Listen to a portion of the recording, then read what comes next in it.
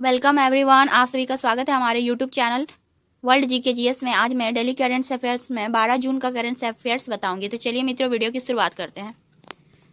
खाड़ी क्षेत्र में वाणिज्यिक जहाजों पर हुए हालिया हमलों के बाद भारत सरकार ने नौसेना और तटीय सुरक्षा सहित सभी संबंधित एजेंसियों को हाई अलर्ट पर रहने का निर्देशन दिया है। खाड़ी क्षेत्र जैसे कि ओमान की खाड़ी, फारस की खाड़ी और लाल सागर वैश्विक व्यापार और भारत के कच्चे तेल के आयात के लिए बेहद महत्वपूर्ण समुद्री मार्ग है।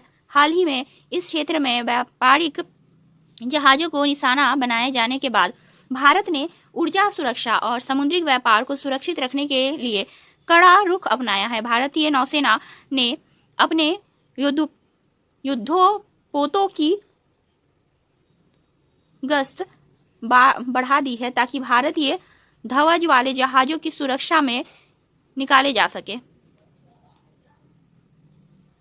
राष्ट्रपति द्रौपदी मुर्मू ने राष्ट्रपति भवन में आयोजित रक्षा अलंकरण समारोह 2026 के दौरान देश के जाबाज सैनिकों और पुलिसकर्मियों को 51 वीरता पुरस्कार प्रदान किए हैं। यह पुरस्कार हमारे देश के उन वीर जवानों को दिए जाते हैं जिन्होंने युद्ध या शांति के समय सीमा पर और आंतरिक सुरक्षा में असाधारण साहस का परिचय दिया हो। इस गरिमामयी समारोह में अदम्य साहस दिखलाने वाले नए नायकों को मरणोपरांत भी सम्मानित किया जाता है।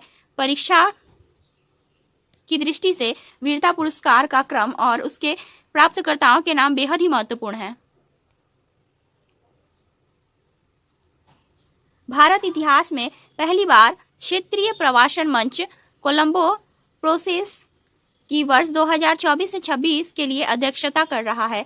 कोलंबो प्रोसेस दक्षिण और दक्षिण पूर्वी एशियाई देशों का एक क्षेत्रीय संगठन है जो विदेशों में काम करने वाले जो प्रवासी श्रमिकों के अधिकार, सुरक्षित रोजगार और उसके कल्याण के लिए नीतियां बनाता है। भारत में पहली बार इसकी अध्यक्षता कर रहा है। भारत जो है पहली बार इसकी अध्यक्षता कर रहा है, जिसका सीधा संबंध है कि खाड़ी देशों और यूरोप में काम करने वाले लाखों भारतीय श्रमिकों के हितों को वैश्विक स्तर पर सुरक्षित करने में भारत अब केंद्रीय भूमिका निभाएगा। भारतीय ग्रैंड मास्टर आर प्रज्ञानंदा ने इतिहास रचते हुए दुनिया का सबसे प्रतिष्ठित नॉर्वे चेस 2026 का खिताब जीता अपने नाम कर लिया है और वह ऐसा करने वाले पहले भारतीय बने हैं। नॉर्वे चेस को दुनिया के सबसे कठिन क्लासिकल शतरंज टूर्नामेंट में एक माना जाता है। यहाँ दुनिया के नंबर 1 खिलाड़ी मैग्नस कार्लसन भी हिस्सा लेते हैं। 20 वर्षीय भारतीय खिलाड़ी प्रज्ञानंदा ने इस टूर्नामेंट में विश्व स्तरीय दिग्गजों को हराकर यह खिताब जीता है। भारत विश्वनाथन आनंद के बाद प्रज्ञानंदा की यह जीत वैश्विक शतरंज पटल पर भारत के बढ़ते दबदबे को साबित करती है। आईसीसी महिला T20 विश्व कप 2026 का शानदार आगाज जो 12 जून से इंग्लैंड और वेल्स की संयुक्त मेजबानी में हो चुका है, 5 जुलाई 2026 तक चलेगा। क्रिकेट जगत का यह महाकुंभ महिला क्रिकेट को बढ़ावा देने के लिए एक ऐतिहासिक टूर्नामेंट है। इस बार टूर्नामेंट की मेजबानी इंग्लैंड और वेल्स कर रहा है। इस विश्व कप में दुनिया की शीर्ष टीमें हिस्सा ले रही है। खेलकूद करंट अफेयर्स के अंतर्गत टूर्नामेंट का आयोजन स्थल, तिथि और आगे चलकर इसका विजेता परीक्षा के लिए सीधे तौर पर जो है प्रश्न पूछा जाता है। यहाँ से महिला T20 विश्व कप 2026 में क्रिकेट फेस का सबसे पसंदीदा और हाई वोल्टेज मुकाबला भारत पाकिस्तान के बीच 14 जून 2026 को खेला जाएगा।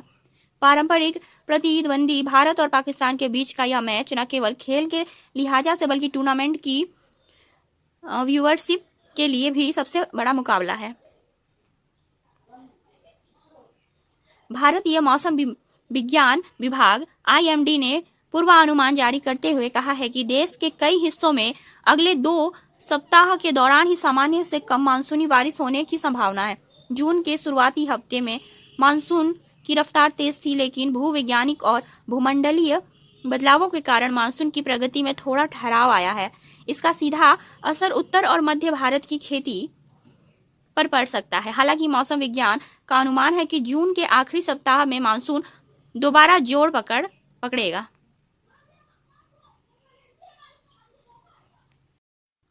केंद्रीय गृह मंत्रालय द्वारा शुरू की गई विनिमय प्रणाली देश के अंतर्राष्ट्रीय भूमि बंदरगाहों पर कार्गो जो माल ढुलाई है और यात्रियों के प्रबंधन को पूरी तरह से डिजिटल बनाने के लिए काम कर रही है। स्टॉकहोम इंटरनेशनल जो फीस रिसर्च इंस्टीट्यूट्स है की वार्षिक रिपोर्ट्स के अनुसार भारत परमाणु शस्त्रागार रणनीति संतुलन के तहत बढ़कर लगभग 190 न्यूक्लियर वोल्टेज तक पहुंच चुका है। सिप्री की यह रिपोर्ट बताती है कि भारत ने 9 फर्स्ट यूज पहले परमाणु हमला न करने की अपनी नीति पर कायम रहते हुए अपनी सुरक्षा और अभेद्य बनाने के लिए परमाणु क्षमता का विस्तार किया है। चीन और पाकिस्तान की संयुक्त परमाणु चुनौती को देखते हुए भारत का यह कदम अपनी संप्रभुता की रक्षा के लिए एक विश्वसनीय निवारक के रूप में देखा जा सकता है। पश्चिम बंगाल सरकार ने राज्य के नागरिकों को व्यापक स्तर पर स्वास्थ्य लाभ देने के लिए केंद्रीय सरकार की आयुष्मान भारत प्रधानमंत्री जन आरोग्य योजना पीएमजे में शामिल होने की आधिकारिक प्रक्रिया शुरू कर दी है। कच्चे तेल का निर्भरता और वायु प्रदूषण कम करने के लिए उद्देश्य से भारत सरकार पीएम ड्राइव योजना के तहत देश भर में हजारों नई इलेक्ट्रिक बसें जोड़ने के रोड मैप पर काम कर रही है। पूर्व की फेम योजना की जगह लेने वाली PM drive minister electrics drive revolutions in innovative vehicles enhancement योजना के तहत सरकार का ध्यान अब सार्वजनिक परिवहन के पूर्व विद्युतीकरण पर है। इसके लिए राज्य परिवहन निगमों को भारी स्पीडी दी जा रही है ताकि शहरों से डिजिटल बसों को धीरे धीरे हटाया जा सके। मजबूत आर्थिक विकास दर और निवेशकों के बढ़ते भरोसों के कारण भारत वैश्विक मार्केट कैपिटलाइजेशन बाजार पूंजीकरण रैंकिंग में दुनिया के शीर्ष देशों में 7वें स्थान पर मजबूती से बरकरार है।